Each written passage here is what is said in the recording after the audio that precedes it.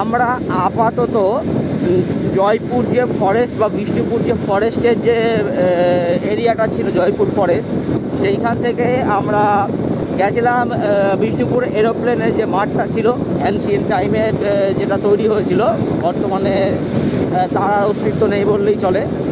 তো সেইখান থেকে আমরা বেরিয়ে এখন আমাদের গন্তব্যস্থল বিষ্ণুপুর যে আমাদের রাসমঞ্চ আছে, সেই রাসমঞ্চে। তো তার সেই যাওয়ার জন্য, সেই রাসমঞ্চে যাওয়ার জন্য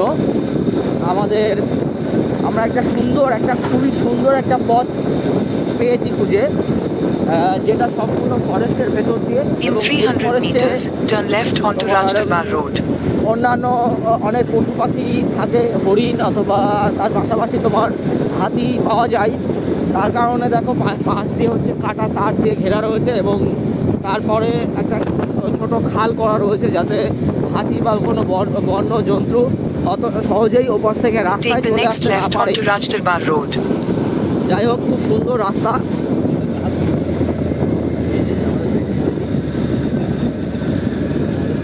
এইটা আমাদের দেশি হাতি রয়েছে। এই দেখো কত গর্ত করা রয়েছে, কত বড়, কত ডিপ করে গর্ত করা আছে।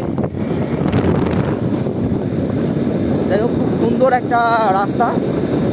অবশ্যই তোমরা চাইলে পরে ঘুরতে আসতে পারো পুরুলিয়ায় অথবা বিষ্ণুপুর ফরেস্টে।